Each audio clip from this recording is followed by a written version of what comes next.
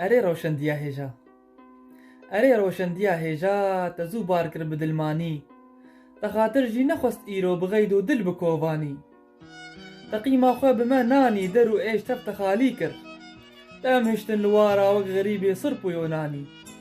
ریا کۆچاتە پر دوور و درێژە لێ vەگەر نینە دەجەرگ و دل هەمی سۆتن ji dest ئاگر li serdanî stêrek ronî û geş bû da ezmanê me Kurda de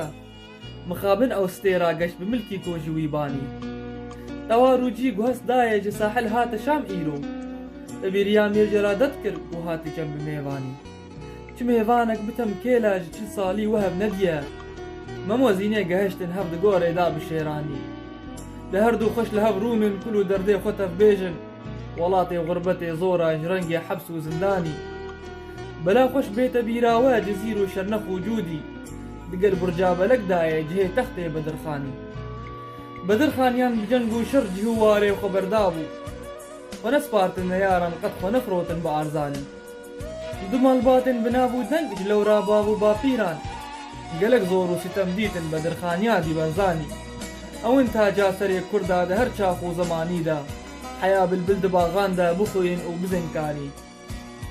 li ber kêla te eydayê em ê her dem serî xûskin tu paspora gelek Kurd e tu remz û nav û nîşanî tu endêre mebû her dem di warê ilm û zanînê di tarîxa gelê Kurd e tu rêber û tu rêzanî şoreş gêr û şehîdên me li pey hevtim şerîpanin mixabin ku tu jî îro keta rêzavî karwanî bihêvî me dema bigihê civata wan bibû mîran Saîd û Qadî û Ihsan digel Seydayê Berzanî Silavê Kurdê Sûriyayê li wan bû xûberana bik bibêje serfiraz bû Kurd li başûr dewletek danî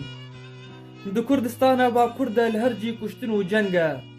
keçû xortên me hêz girtin hember Tirkiye toranî